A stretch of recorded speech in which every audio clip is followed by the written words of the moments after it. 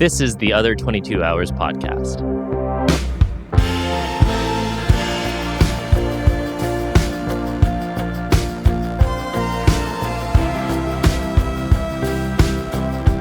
Hey, and welcome to this week's episode of the Other 22 Hours podcast. I'm your host, Aaron Shafer-Haiss. And I'm your other host, Michaela Anne, and we are still just getting rolling in our third year of these conversations. And this week, we're featuring our conversation with Tift Merritt. Tift Merritt is a Grammy-nominated songwriter. She's been nominated for other awards like Americana Awards, whatnot. She's put out 7+ records at this point with labels such as like Lost Highway, Fantasy, Yep Rock. But touring and releasing records are not her main creative outlet anymore, though she did just recently last fall go on tour with the Mountain Goats. But now she has really expanded her creative life. She says that she does sound and object installations and a lot of other multimedia art projects. Yeah, in addition to singing, songwriting, art installation, she's also a writer of prose and memoir-style essays. She's a practitioner in residence in collaboration with the Franklin Humanities Institute at Duke University. And she has an archive of, I think she said 10 years of conversations, not dissimilar to the ones that we have here in her series called The Spark, talking to people like Wynton Marsalis and Roseanne Cash and Toshi Reagan about how to live a creative life.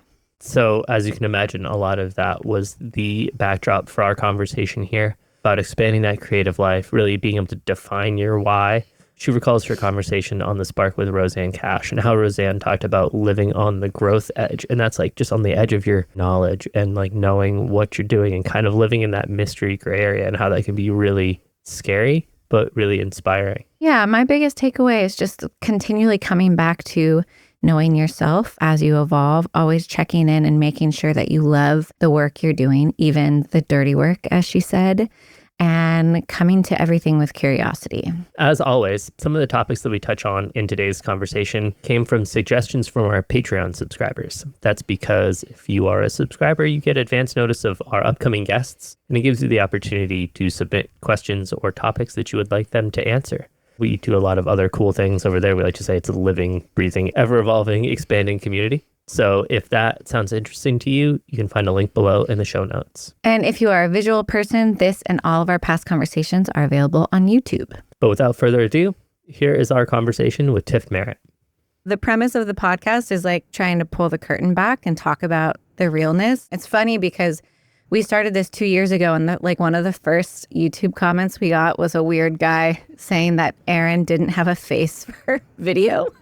Yeah, like I've been like a, Oh, thank you. My whole life, I've been a sideman or a producer. I've never like put myself forward, at least on YouTube, right? And so the first batch of episodes for this show, we released 5 of them. And so all of them went on YouTube at the same time. And it was they came out at 6 o'clock in the morning. And by 7 a.m., there was a comment saying, Michaela looks great. The other guy shouldn't be on camera. I don't even. But this is why I don't fit in the modern world. I know. I feel the same. But I'm progressively just gotten to I never wear makeup. I'm also 8 months pregnant. Is it a boy or a girl? It's a boy. We have a 3.5-year-old girl. Is this so weird like you guys? Oh, yeah. We're married. We're married. Right. Yep. Yeah. And this is our recording studio. We're like 40 feet behind our house. Okay. And I'm so glad the answer was yes and not. Oh, no. Yes, we're together. We live in Nashville. Okay. Aaron's a producer, musician, drummer, multi-instrumentalist. I'm a singer-songwriter. I'm shocked that you and I have never met because we have tons of mutual friends, and I put out my last couple records with Yep Rock. Oh, you did? Yeah, I've moved on since then, but yeah, I saw that. Every time we have a guest, we ask them hey, if you ever think of anybody that you think would be a great fit for this conversation. And Mary Chapin Carpenter, she's stayed in touch. And then I got an email this summer where she was like, I think you should talk to Tift.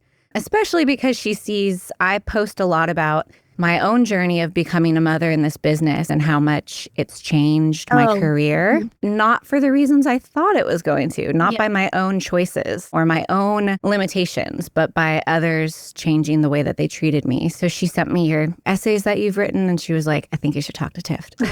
Yeah. So We're really happy to have you, and thank you for agreeing to come on. Thank you for having me. We always like to just start, how are you today, and where are you generally in your creative life in this moment? You know what? I am harried and just home from a big trip, and I do the artist hustle, so I have 18 projects that need my attention right now. But, that's kind of a state of wonderful, right? I mean, I have a very full life. I am the mother to an 8.5-year-old. I live in Raleigh, North Carolina, where I'm from, very close to my family here. And I feel really good about things. But part of that is because I've worked on it for a really long time. And also, I really have a sort of different relationship with the music industry at this point than I did when I first started and lived on the road and really depended on that engine to make life make sense. And now it's a happy part of my life. And I love to sing. The rest of it, I don't really care about. So for anybody who doesn't know, who's listening, you had your kind of it moment. You've had Grammy nominations, Americana Award nominations, been the top of the best of lists on Time and the New Yorker and all of the critical acclaim. Can you kind of share what that process has been? You saying that you have a different relationship with the music industry now, how that's evolved? For a long time, I was married to someone in my band. Everything was wrapped up in how, our financial life and our life. And I was all in. I never wanted to be an artist on the side. I've always wanted to be a career artist, working artist. That's what I was for a long time. And then my marriage fell apart. And I kept, putting out records and like, this was going to be the big one. This was going to be the big one. And we'd turn a corner. We didn't, right? And a lot of that did exactly what the industry was doing. The industry was really changing. And I have always known that my art was really like an important linchpin in my life and kept me happy. And I knew that having a child would really blow that up or change it. And I was very worried about that. And I toured with Gene for 2 years. And we got home from that tour. And it's a very interesting thing to look at this little human being and go like, you know what? It was okay for me to go through all of that stuff. Your life, we're not going to do that. I'm not dragging you around for some stupid dream of mine. Mm. And that was a really hard, easy decision, if you know what I mean. Like It was just completely self-evident. And yet I felt, if I had a bus and the nannies and the blah, blah, blah, if I had maybe done something differently, it would have all worked and my life would look like I thought it should look. And I've always been somebody that the music business was sort of a narrow place for me to fit into. And so stepping out of it, my work really increased in scale. And everybody's like, what the heck are you doing? And, I go, well, I make sound installations, I make objects installations, and I work in archives at a university and make weird projects there. And I really try to use storytelling to make positive change in the world. And it's taken a long time, but I think I've realized trying to not make that world work for me financially or critically, and having the freedom to not really care what anybody thinks about me, and also realizing that the music business is not the most large, expansive-minded place in the world. And I like not living within those confines. I'm still a musician. I've had a record written for a while now, and we're going to do some things again. And I'm going to just come at it with a lot of curiosity. I mean, is there any money in that anymore? We don't know. Yeah. I don't know. So I'm working at a university, and that's part of it, and I'm a writer and I'm a singer. And I find that I really enjoy my rich life, and I enjoyed my self-propelled projects. And I really enjoy not living on the road. I can relate to that. I actually have a project that's looking at technology and its effect on music and how we listen, why we listen, the algorithms, which have no financial transparency, which have no transparency, and why it's all kind of, I don't know that everybody knows the difference, right? I want to play really human special shows. I want to make people remember what it feels like to be very vulnerable and human in this moment and how important that is. I don't know that the touring industrial complex is where that's going to happen. I mean, like what success looks like in the music business these days doesn't really look like success to me and my kid. Does that make sense? Yeah, absolutely. And don't even get me started on social media.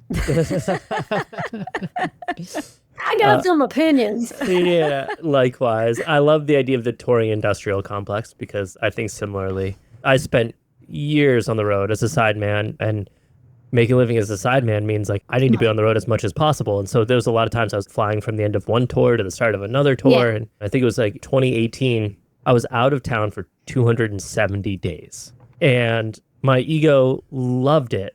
Oh, yeah. No, it's such a warping business. I was so drained and so not fulfilled creatively. I was emptied.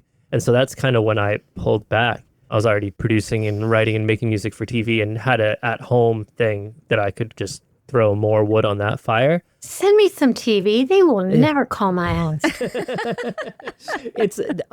I wish there was a secret. I've been having a lot of these conversations with people, and it's the same hustle as trying to get people to listen to your record, just in a different direction. And it's plates you got to just spin and forget that they're spinning in a way. Yeah. So I'm really intrigued by like these installations and other mediums that you're now creating in. Were those part of your life prior, like while you were touring? I think they were. You know, I've always written prose and I've always made other things. There was an album and a something where I was doing the podcast. You know, there have always been sort of collateral things. Mm-hmm. And I started working on a site-specific project in my hometown. I mean, I love objects and birds' nests and stuff. I've always collected stuff. And then I just started looking at the objects themselves and being like, you've seen a lot. If you had a story to tell, you know, what would you sing? And sort of thinking about one of the things that I find is really most rewarding in songwriting is layers. And I always want my songs to have a lot of layers there. And how do you do that? Like in a way that's effortless. It's not overwrought and dramatic. And I noticed that this is a good example. These are rocks from a beach in Greece. And you can probably research what the compounds are, what the actuality is, what these things actually are. Mm-hmm. Their physical reality in this world. And that's probably really beautiful words. Now, what is it lyrically? It's a totally different thing. This is an archive of an afternoon with somebody that I love, right? So when you just set what something actually is with what the lyrical presence is, what the spiritual presence is, there's a tension that happens. So that's what I started to do with object exhibits. And I would just put the actuality in the lyricism. And, you know, like things have a provenance. They came from a year. They came from a factory. They came from just like us, right? Then there's this larger thing. So then I started writing songs from that or making stories from that. And then that's how I started working in archives, because that's just objects and you start putting them together. I wouldn't say I'm some kind of installation artist, but I think it's nice to have a compassion for a story outside of ourselves, to ground it in real things, not just like, let me imagine how that person feels. You know, it's just nice to touch the real world. I think there's also an element, I'll speak just for myself, and Aaron can chime in, but obviously we're married, so we have enough conversations to know. But I think this cycle of the music business of just make an album, go on tour, make an album, go on tour, make an album, go on tour. For some people, they can love that and exist in that for a lifetime. For other people, that can get really boring and uninspired. And I still have the kind of claws of addiction of like wanting to go achieve by growing numbers through tour. But also I love physical performance and the connection. Yeah. But this is my roundabout way of getting to a place of when you kind of like take that away as being the dominant thing in your life, how that then opens up these other channels of creativity and other ways of thinking about creativity. I mean, you were talking about how things changed when you were a mother. I just think there's so much ego in the music business and in any business, let's be clear, right? Mm-hmm. And to have people be nice to you when you have certain numbers and then not nice to you when you don't, it's so much more about them. And they can't sing like me, sorry. You can be You know, I just had to kind of get to the place where like, I know what my voice is about and you don't have to understand it, right? Mm-hmm. I do. But this is me. I've always had questions about getting up on stage, being the center of attention. What are the real reasons that we do that? How do you keep that real? How does it not become warped? And I like being a weirdo in my little small town. My daughter was like, Mom, why am I not famous? I have so many great tricks. And I was like, you want to be famous? Really? Isn't it nice that nobody's looking? Like, being sexy for strangers? Weird. I had never, as a grown-up, experienced, except for the few years before I was 25. I lived like 15, 17 years of my life. Make a record, write a record, tour a record, make a record, write a record, tour a record. And I'm happy to be free from that. But I mean, I also realized that like I'm a dinosaur, and that's okay too. But also crazy because you're not a dinosaur. Everybody's like, oh, you have to social media. You know what? No, I don't. Mm-hmm. And I actually had this conversation with my manager the other day, which was, we were talking about how much we love my tiny little following. I'm sure some armchair dude at a festival would look at it and be like, no, she can't play at a festival. She's not big enough. You know what? Those people actually care about me, and they don't say ugly things when I say political things. Mm-hmm. They're actually there with me. And I really think that all of the things we're talking about that we don't love, like hierarchy and competition and ego and you're better than me and who's better than who, and all of that is what social media is too, right? Why would I be putting pictures of me and my family trip on there? I mean, why? You don't need to know. And is it going to make you feel good about yourself? No. Mm-hmm. I think it's really a disinformation tool that hooks us in and takes our time. It's like bad TV used to be, right? You could watch 72 hours of CSI Miami and then be like, what am I doing in my life? And now it's, let me see what all my friends are doing and what are they wearing and how are in it. And it's all fake. Well, it's tricky because I feel like some of us don't reflect in this way. Yeah. We do. And I feel like we talk about it a lot, obviously, in these conversations. But like, I'm someone who naturally likes to share, but I always feel some levels of dis-ease with social media. I see how it morphs my mindset and makes me feel bad throughout the day, depending on what is going on or what I saw, how much control and power it has over me. And then when I share, I sometimes have remorse from sharing because I'll share something like a dinner out with girlfriends. And then I'm like, why did I share that? Am I bragging? Am I making someone out there feel bad by saying like, look at this dinner I went to with my great girlfriends? I think there's a professional, first of all, my manager does it so that I don't get sucked in. But I try to say something, and I try to say something real professionally, like a professional archive. And then if I am saying something personal, I hope that it's making a connection. It's tricky though, right? It's really tricky. And I wonder when it's going to become the MySpace abandoned amusement park. That is the exact example that Michaela uses all the time about social media and about Streaming platforms. Oh, yeah. There's so much capital put into Spotify and so much importance of like, oh, we got to get this playlist and this. And it's like, when is that going to go away? And then it's going to be something else. Right. And it's all not even people doing it now. It's like AI generated. And I don't know, I can go on and on about that. I think there's the process of the process. And then there's the process of allowing your life to have those questions too. Mm-hmm. I'm very comfortable living in the space where I'm like, I don't know what I'm making. I'm making something. I don't know what it is. Kind of like at this point in my life, if I am too sure, that feels, then I need to try a little harder, take a little bit more on. It's really uncomfortable to not know what you're doing as a person, right? But when do we? So this is something that you lean into intentionally. No, it's something that I'm leaning into right now. It's just been a surprise. My life took a course that I would not have driven it to had I had the capacity, and it's just been a real surprise.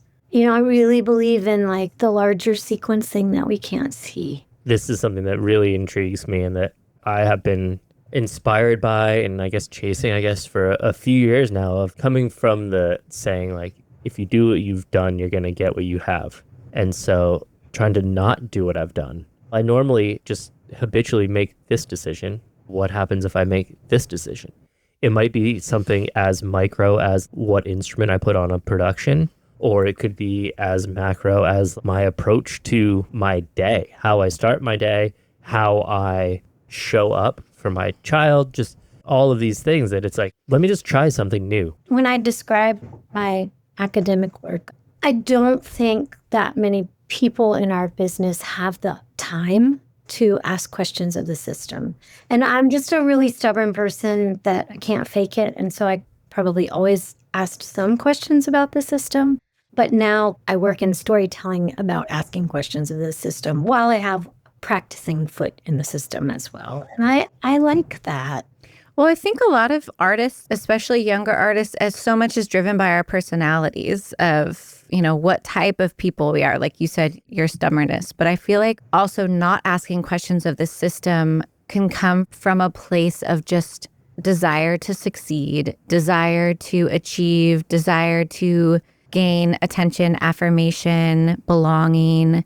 And I say this because I feel like this is how I was for a long time, of just like, the system is what it is. And I hear it now from a lot of other people of like, well, if this is what I got to do because I want this thing. Well, I mean, I want that thing too, right? I mean, how do you define success? I always defined success as being a career artist, being a working artist to my capacity, right? I wanted to work with a certain caliber of musicians. You don't want to play a shithole your whole life, right? You want to use a good sound system. You want the person out there to actually care about tone you're trying to make, right?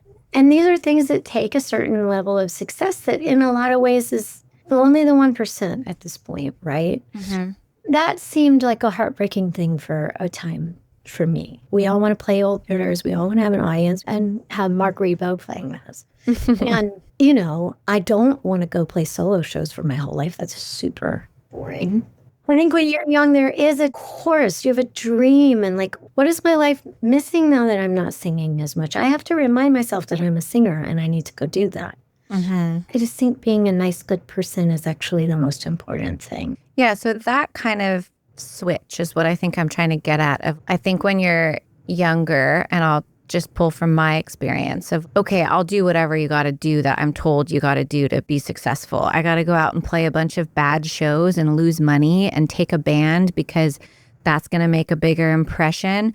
I'll do it. Okay, I'm going to get the support of this record label. I have to sign away ownership to my life's work and I've got to do this and that. Okay, I'll do it, whatever. Right. Because it's going to get me something. And I think there's also like, you're a part of a team. I mean, I don't want to be like, oh, everybody's a bad person and rave. I mean, no matter what our life's work is, we all want to like show up and do a good job and have it resonate. If I'm a janitor, I want that to happen. I think the shift that maybe can happen for some of us is when we decide, okay, I still want that thing that I've always wanted, but now I'm not as willing to give up or do the things that I'm told I was supposed to do. And maybe now my priority isn't success at any cost, but living aligned with my integrity or prioritizing being a good person, all these other things. We're having a family, which let's just say this is not a lifestyle that is conducive to a marriage working, and it's certainly not conducive to being a good parent, at least what I consider being a good parent. Totally. And these are all things that we each have to make. So I'm curious about, for your process of untethering yourself from that, did that just naturally happen from life circumstances, or did you have to do other like emotional work to let go, to grieve, all of those things? Of course. My daughter was really a wonderful impetus for everything. Yeah, I mean, I'm like crawling around in old buildings, picking up weird objects and listening to them. And the people in the music business are like, what the hell are you doing? Of course, there was a ton of emotional work. And I think this is not isolated to the music business. The death of persona, the death of ego. I got therapy later this afternoon with my Jungian therapist. I mean, all of these things are really important parts of being human and being in the world in a self-reflective way for any length of time, right? I mean, this is not just the music business. We think we're somebody, and it turns out that's just a set of thoughts.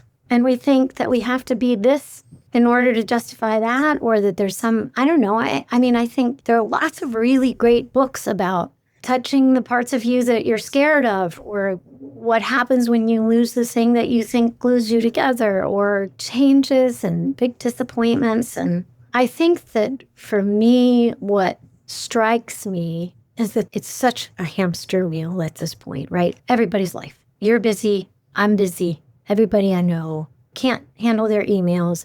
People are texting. You have to get your groceries, all of it. And there's this thing that you got to hold the sky up and you got to keep doing it and you got to keep doing it. And at some point, it's going to make a difference, right? And on one hand, that's true. We all have to show up every day and keep going. But what if nothing changes? Aren't we okay right now? Do you feel that now that you've, I want to say, made your life smaller? Inevitably, when you're releasing records and trying to be a public-facing person, even just geographically, really, your life is large. You're covering a lot of the country, a lot of the world. And then when you take that and you take touring off the table and your life is your town and you are involved in your town, like you said, both politically, artistically, you're teaching at a university there, like geographically, now your world is tighter, I guess would be a way to say. I think that it is true. And I do love my grounded little small town life. I still have this history of touring and friendships all over the country, or living in a different country, or, the spirit of traveling. I don't think is the same as the spirit of touring. Yeah, for me, it's energetically having your energy in all of these places that are outside your circle of influence. There is only so much of us to go around, right? Mm-hmm. But I'm not saying that we've become isolationist. I've always known that part of my life, when it is big, when I am, to stay in Europe for a while, or if I'm going to go tour or whatever, part of that is because I have very strong foundations in North Carolina, very feet on the ground life here, and always pretty much have. And I remember a friend first got off the road and I was holding myself very responsible. They were talking about the way that the tree has as many roots under the ground as it does branches, and that, the constant state of flowering is not virtuous. What is the real ecosystem of that? And I started thinking about it like, what are your roots? And, we all know what it feels like to get to the point where you're like, oh my God, I'm trying to feel this song that I've played 7,000 times and I'm not really interested in it. It's difficult to build a life as a creative in this moment, especially because our economy is treated like it's not a real one and content is completely devalued. I think if I were a 20-year-old right now, I would get my ass to science. But, I'm lucky that I have a very rigorous kind of self-discipline, a lot of determination, and a history here before it all fell apart. I don't want to understate that. But I think this idea of public life, I think it's really overrated. And that this idea of constant flowering is not real. And it's not a way to live. And it's not a way to pretend to live. I'm curious, because you had the spark where you had conversations with other creatives, how those conversations deepened your belief system, because I think it has really solidified my belief of, our creativity is not constantly flowering. And the public persona, career, business aspect is separate from our artistic, creative seasons, and trying to hold both. I'm curious what conversations you've had with lifelong artists, how that's influenced and shaped your belief system. Yeah, that's a great question. And I started this spark because I was really lonely on the road. And I was like not having the conversations that I thought I would be having as an artist. I really was like, how could I use this traveling as a vehicle to go find people that I really wanted to talk to about this conversation that I'm not having and I'm not seeing anywhere, which is, how do you really build a life as an artist? And how do you have integrity over time? And how do you get better in a way that isn't just overwilling it, right? How do you really grow? And I learned a lot of different things from a lot of different people. And I was always trying to talk to artists in other mediums. I didn't want to talk to musicians because I knew what those problems were. And one of my favorite things was when I talked with Roseanne Cash and asked her how to really grow authentically. She's like, oh, you're talking about the growing edge. And I was like, what's the growing edge? And she said, well, it's like that compulsion to go to this kind of dangerous edge of what you know. And I thought, oh my God, that's such powerful knowledge. That's such powerful language, because you are attracted to the edge of what you know. And that's actually a healthy thing, right? That's not being self-destructive. That's like, I have an impulse and I need to follow it. A lot of the people that I talked to are older, and they, they were probably like me now. And like at a certain point, if you really care what everybody thinks, you're not doing it right. And I think there is, of course, you want your career to work and you want to not be making your best work when you are 80 and there's no money and you can't afford to do it and nobody hears it. But we're Americans. We live in the richest country in the world. We have water. We are so lucky. My kids here, my family's here. It's just, you asked me what I learned, and I think it's just that this is all a process, and we have to trust it at some point. And we have to trust it beyond like, this is just, I'm not cool enough, I failed. And honestly, our dedication to it has to be greater than just give me the rewards of fame. I mean, what the fuck is fame? Well, it's so interesting to me because it's such a scale. So I do a lot of songwriting coaching. And whenever people apply to work with me, I always tell them I offer absolutely no music business help. I will talk to you about like how to record or whatever, but I'm not your in to like getting your song somewhere. Like, I have no interest in this. My approach as a songwriting coach is the craft as well as the emotional and spiritual path of creating songs. And along the way, it always comes back to, we can't help it as humans. We're looking for belonging and approval. And inevitably it comes up for every single student of, is what I'm making worthy? Is it good enough if I'm not getting the response I'm looking for? And I just had a long conversation with a student about this. And he asked me, he was like, I'm just wondering, like, is anyone going to tell me the truth? And I was like, well, what's the truth? Also, let's just be clear. You have to be your own best editor. You have to tell yourself the truth. If we're not there, we're not anywhere. He went a step further and he was like, will you ever tell me this song is absolute shit? And I said to him, I was like, I will never tell you that a song of yours is shit. I was like, have you brought me songs and every time do I tell you how wonderful they are? No. I was like, that doesn't happen. I was like, do I go through your song, comb through it and say, let's look at this line. Let's talk about this. Do I give you criticism and feedback? Yes. But why would I never tell you that your song is shit? Because who gets to say that? There are people who have billions of streams and success. There are people like Taylor Swift, who billions of people think is a genius. And there are still people out there who trash Taylor Swift's writing.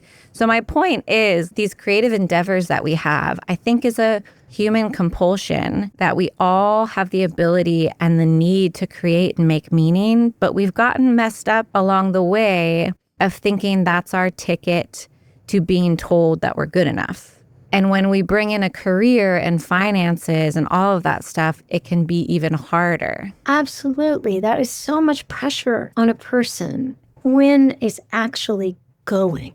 And then it's so much pressure on an outcome when it's not going. Like, I have to have this has to work, nothing has to work, right? I think this all gives way to really knowing your why. And I think that is a really important conversation to be having with yourself about your life and your belonging as a human, but also as your process and your creativity. Like, you've got to know what your why is. And if your why is, I want to go play stadiums and be famous and make a bunch of money, then you need to enact that creativity in a certain way. I wish that I knew how to do that. That's not in my DNA. Mm-hmm. And that's not what I want. But I think knowing your why and then being happily surprised by anything else is a really good thing, right? I want to put love in the world. I want to make the world better for my daughter. I want to keep hearts open and tell stories that bring us together. And that's what I try to show up and do.